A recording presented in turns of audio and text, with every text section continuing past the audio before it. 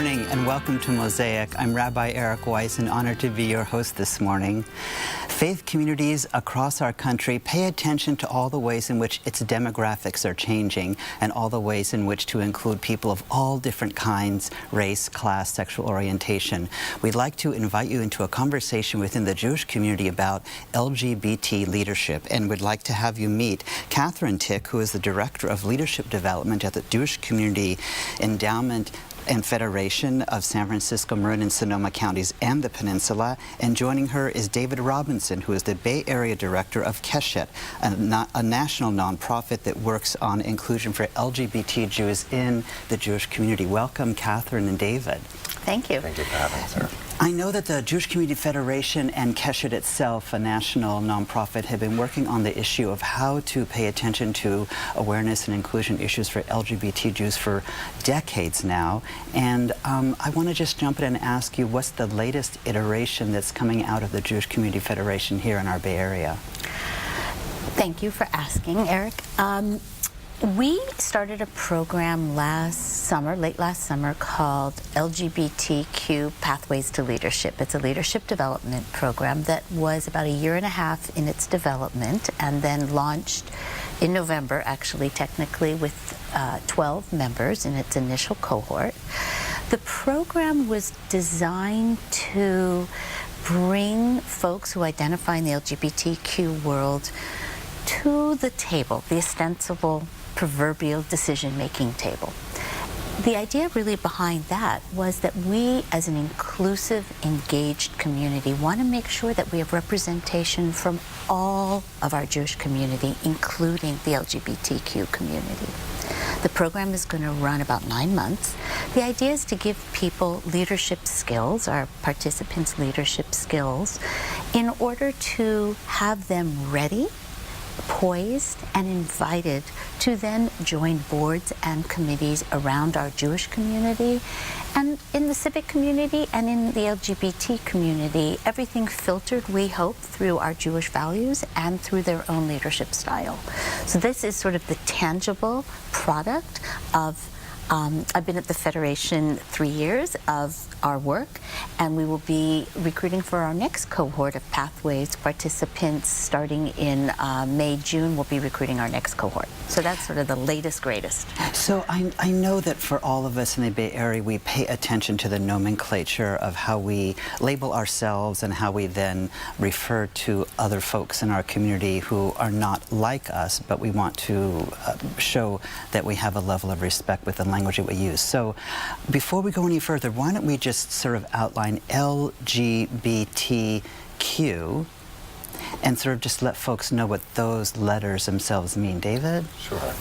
So L stands for lesbian, G stands for gay, B stands for bisexual, T stands for transgender, which itself is an umbrella term that can include really a range of people who identify as having a gender that is different from the standard in our culture, which is male or female, and all male-bodied people having a male identity and all female-bodied people having a female identity. So transgender can include transsexuals who have had, for example, a sex change. It can include people who identify as just different in terms of gender in a variety of ways. And then the Q is queer, which used to be just a term of abuse, a derogatory term hurled at gay people or gender variant people, but it's been reclaimed, especially by younger people over the past 2 decades, and increasingly is a term that just signals being, again, different from the mainstream in terms of sex, sexuality, gender. So LGBTQ, lesbian, gay, bi, trans, and queer. So, Katherine, you mentioned that the Federation is embarking on this wonderful adventure of LGBTQ leadership development. It's called the Pathways program, and I'm wondering if you can talk a little bit about why, from a Jewish values and Jewish landscape perspective, do we in the Jewish community consider this to be worthy of our attention and cultivation? The Jewish Community Federation really sees itself as a catalyst for change in the Jewish community. And if we are going to truly be inclusive and engage our Jewish community, we want to make sure we're including all of our Jewish community. So this program, the Pathways to Leadership program, came about because we saw a dearth of lay leaders, our volunteer leaders, at the Jewish Community Federation certainly, but also seen throughout the Jewish community, that dearth of LGBTQ lay leaders. We've had a beautiful representation, but a small representation, truthfully, of LGBT leaders, lay leaders, and we felt it was time to put energy into bringing in the next generation of lay leaders, so that when we, as a community, were making decisions at agencies, on boards, in committees, that we were really hearing all the voices of our community, not just those who happened to show up. And we needed to do some reflection and then due diligence and looking who isn't there, and then outreach and really concerted effort. What are we going to do to bring folks in? And we thought this was a way to offer our interested participants in this initial Pathways program a way in. Skill development, connections, information, knowledge about the Jewish community. So at the end, they are ready to join our decision-making organizations and really be a part of the community, not on the outside. We're going to take a quick break. We need to just take a quick break, and we'll come back to your comment, David. Please join us just in a moment when we return to this wonderful conversation here on Mosaic.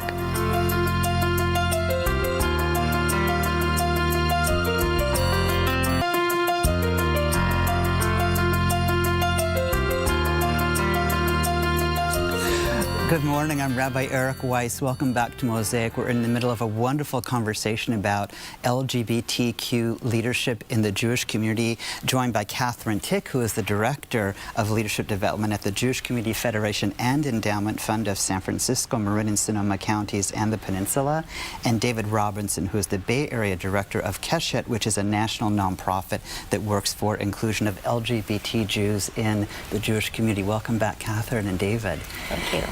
Before we went to our break, David, you were going to jump in with some comment about why we do this in the Jewish community and why it's important. Yeah, I wanted to just start by saying that the program, the LGBTQ Pathways program, is a collaboration of the Federation, Keshet, and a group called the LGBT Alliance that after the next break, I know you'll hear a lot more about, but that is made up of LGBT Jews from the Bay Area who have been engaged as lay leaders, advocating with and working with the Federation over many years to increase the involvement of LGBT Jews in Bay Area Jewish life and increase the Federation's attention to the LGBT community.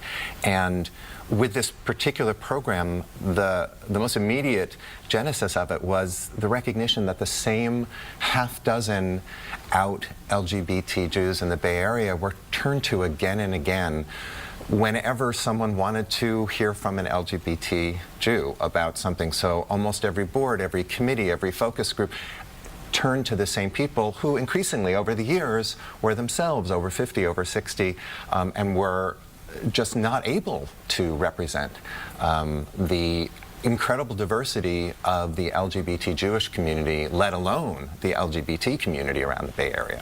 So how does this particular leadership development program function? What are its aims? I think its aims are that we want to provide people with a context and frame for understanding the Jewish community and then themselves as leaders in the Jewish community. As I like to say, we are offering opportunities to develop both black and white and gray skills.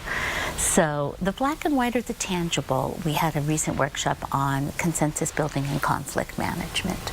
That is a great thing for really anyone to learn, but certainly as a lay leader, how do you manage really difficult conversations? The gray skills are, who am I as a leader? What are my natural strengths? What do I need to work on? How do I understand myself in a room of other leaders?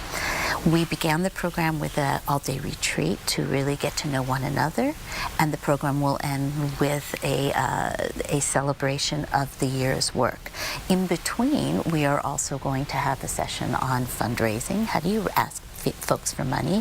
We're doing a session next week on established Jewish organizations, to be immediately followed by a panel discussion of new Jewish organizations. How do you take a vision and make it a reality? I want to ask you a big question that I know is an ongoing question, which is that leadership development programs always look to skill development, like how do you have a relationship to an executive director, how do you participate in a board, how do you participate in fundraising, how do you participate in program development, implementation, how do you build community, all of which are vital skills. I'm wondering how then you see this particular program as particular to the LGBT community. In other words, is there a particular LGBTQ identity formation issue? Is there a particular LGBTQ vision that then in its turn is of value to sitting on a particular board of any organization, or the way money is raised, or the way one looks to the cultivation of the vitality of a future in a faith community? Yeah. As we recruited participants for the program, I sometimes got asked, well, isn't this a rather small niche? Why do you need a particular LGBT or LGBTQ Jewish program? And in fact, what I knew was borne out by the diversity of our participants is there are issues that are very particular to being out as LGBT or Q. They intersect in some ways with Jewish identity. They're quite different in other ways. And there's also a great diversity of people who identify as L. Just by the fact that we have all these letters, there's a huge diversity of experience, identity, affiliation, and the aim of the program is to root people in both identities, the LGBT and the Jewish, understanding where you as a participant are, how you got to where you are, where you might want to go, and also to understand the many differences, because just like in the Jewish community, that it's proverbial, for 2 Jews, 5 opinions. It's similar in the LGBT and queer community, that there's a huge spectrum on many different things, on issues of sexuality and issues of what it means to be out, on issues of family and parenting, on faith, so many things. And so to be rooted in an understanding of your own identity, which hopefully is evolving, and the many differences, makes you a more powerful leader. We need to take a break and say goodbye to Katherine and David, but before we do and welcome 2 participants in the program, I want to ask you to let folks know if they would like to have more information, where do they go on the web, what phone number do they call to find out more about this wonderful opportunity? They can go to our website, jewishfed.org, and just type in Pathways and they'll find us, or they can find me directly, and that can be done by dialing our phone number, 415-777-0411. Wonderful, thank you. Katherine and David, we're going to say goodbye to you, and in one moment we're going to return to Mosaic with 2 new participants to continue this wonderful conversation. Please join us in just a moment here on Mosaic.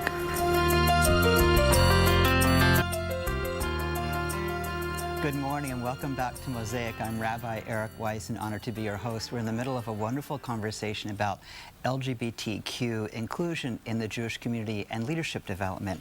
Please welcome Dara Papo, who is part of the Pathways cohort. She's a participant in this wonderful leadership development program, and she's also the co-chair of the Federation's LGBTQ Alliance. And with her is Sam Goldman, also co-chair of the Federation's LGBTQ Alliance. Welcome, Sam and Dara.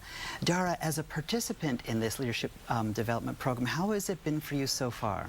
It's been a really wonderful experience for myself and the other participants, which is a really, as we talked about earlier, diverse group of people to come together with other folks that were looking to sort of merge their core identities of being in the LGBT community and also being in the Jewish community in a way that we hadn't really had an opportunity to do so before. The speakers that they have brought in have been really sort of eye-opening for ourselves personally and professionally, and we've all been paired with a mentor who's really been key in sort of developing our personal goals in leadership and how we can sort of forward that in the work that we're doing. And how many people are in this particular cohort? There are 12 participants in the cohort. And how often do you meet? We meet on a monthly basis. Wonderful. So, And yeah. you mentioned that there have been some very eye-opening kinds of presentations and conversations. Can you just give an example of what one of those might be for you and for others? A couple of them. One have been looking at sort of how do we tell our personal story and how do we use that in talking in the community, and also having some rabbis, yourself included, around looking at how do we look at text from both an LGBT perspective, especially some of the more sort of traditional controversial texts, and also just some other ones that are really important to be able to be versed in.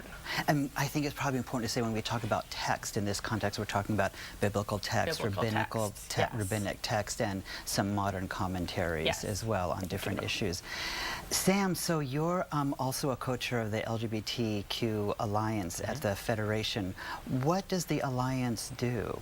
Well, we really make sure that the Jewish community is aware of all of the important programming that's being offered to the LGBTQ Jewish community, and then also to make sure that there is programming available. One of the main objectives is to oversee and maintain a grant that goes to Keshet that really does most of the outside of the synagogues programs for LGBTQ Jewish folks in the Bay Area. And that Keshet program is only a few years old and has been really important in providing all kinds of really fun and innovative programs for the community. And we hope to provide grants in the future to other organizations and individuals that may want to provide programs for the LGBT Jewish community as well. So what attracted each of you to this particular program? Why was it something that you said yes to? I think that being able to make an impact in the Jewish community for me personally is important, with the addition of being in the LGBTQ community as well. Those two things intersecting and making sure that other people get involved and feel like they have a home in the community is really important to me. And for me, this opportunity came around a birthday, turning 40, realizing both that I needed to really actually start using eye cream, and also that I didn't really know what my place was in the formal Jewish community. And for me, my father worked in Federation for most of my life and have other family worked in the Jewish community, but I hadn't really ever known what my personal place was going to be, and had realized that I hadn't been super involved in the Jewish community, and that was something that was really missing from my life. Dara and Sam, we're going to take a quick break and come back as we continue this wonderful conversation. Please join us in just a moment back here on Mosaic.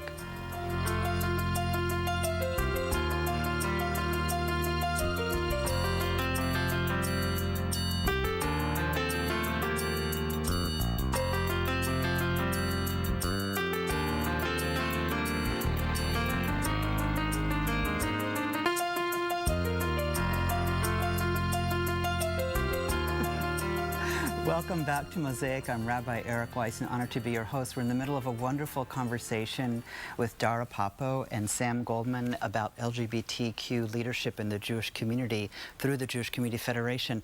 Both of you are co-chairs of the LGBT Alliance, and Dara, you're a participant in the Pathways Leadership Program. I'm just wondering, at this juncture, in this moment, how you have seen that participation has influenced you in both your LGBTQ and Jewish identities.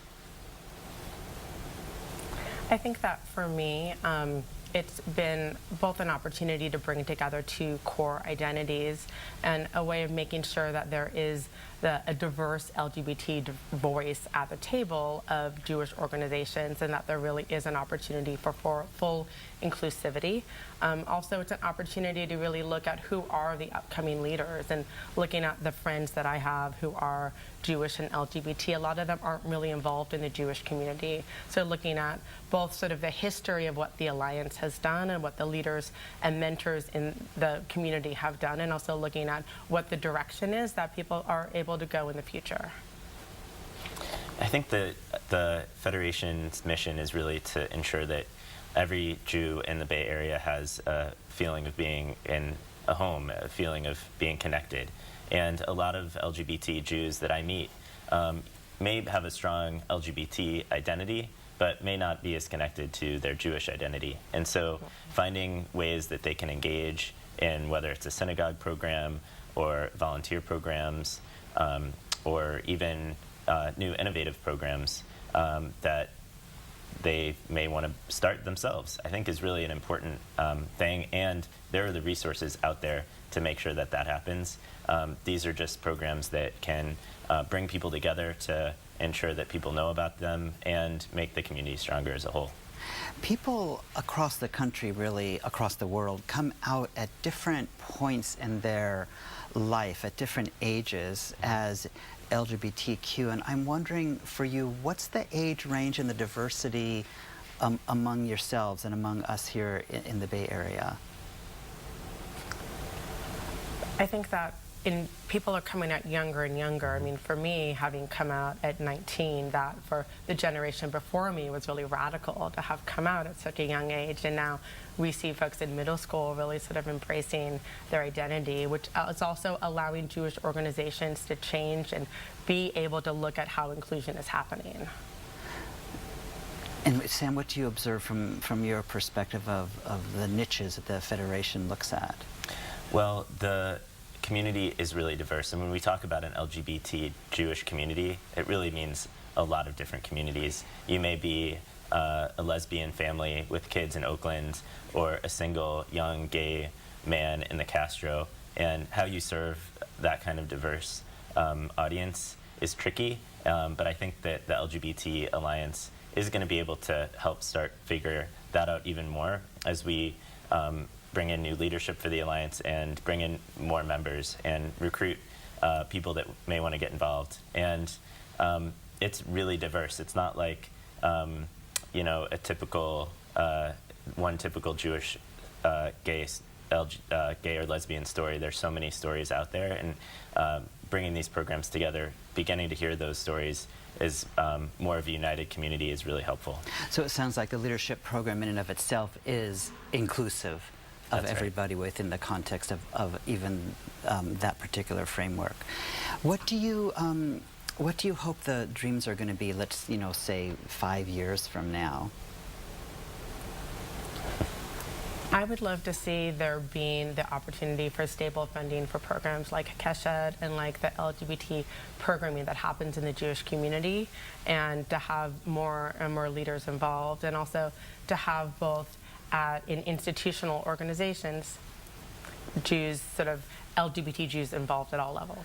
Dara and Sam, believe it or not, we've come to the end of our time together, so we put a comma in the conversation, hope that you will continue this conversation about LGBTQ inclusion in the faith community, in the Jewish community. We spend a lot of time here on Mosaic interviewing people and asking them questions that you listen to in terms of their answers, so we want to ask you a question, which is, in a world that needs so much healing, from your perspective, what heals? Thank you so much for being with us here on Mosaic.